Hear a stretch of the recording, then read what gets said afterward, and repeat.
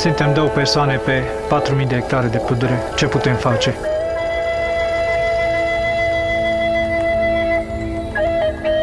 La Vodafone vrem ca impactul pe care îl avem în societate să fie unul benefic pentru oameni, fără a pune în pericol mediul înconjurător. De aceea avem obiective foarte clare, atât interne cât și externe, cum este acest proiect de prima pădure smart din România.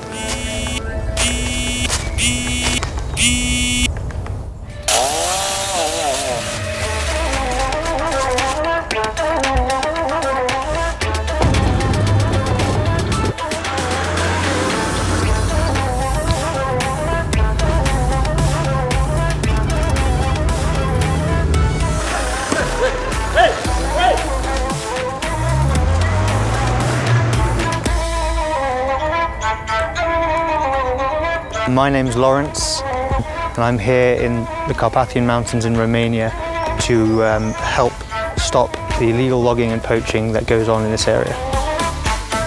Am văzut cu toții veștile triste legate de defrișările masive din ultimii ani din România. Numărul pădurarilor este mic, numărul hectarelor ce trebuie protejate este mare. Putem ajuta. Digitalizând în mod neintrusiv pădurile, le putem proteja mai bine. Înțelegem cu toții urgența acestui fenomen.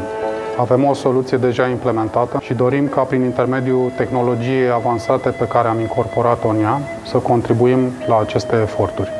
Am dezvoltat un sistem de monitorizare acustică alimentat cu panouri solare, care, folosind rețeaua Vodafone, transmite în timp real, criptat, continuu, strigătul de ajutor al pădurii. This is the actual Guardian device. This is the device that will be recording the sounds of the forest and then sending it back. And this inside has the mobile device. Sunetele colectate sunt transmise către o aplicație dotată cu inteligență artificială, care le compară cu monstre din baza de date asociate unor activități suspecte. We install the Guardians in the canopy of the forest. This protects the Guardian from the elements, from the wind, from the rain. The solar panels are designed in a really efficient way to maximize surface area. And plug the microphone in here, put some protection on. Pădurea este smart și ne anunță prin telefon dacă este o problemă. The ranger has the ability to know where to go because each Guardian is GPS located. So when they receive their alert through their mobile phone, through the ranger app, it will say that the alert is coming from a specific location.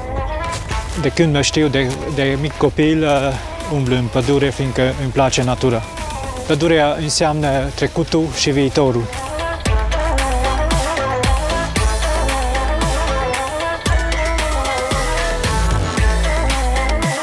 Together we can.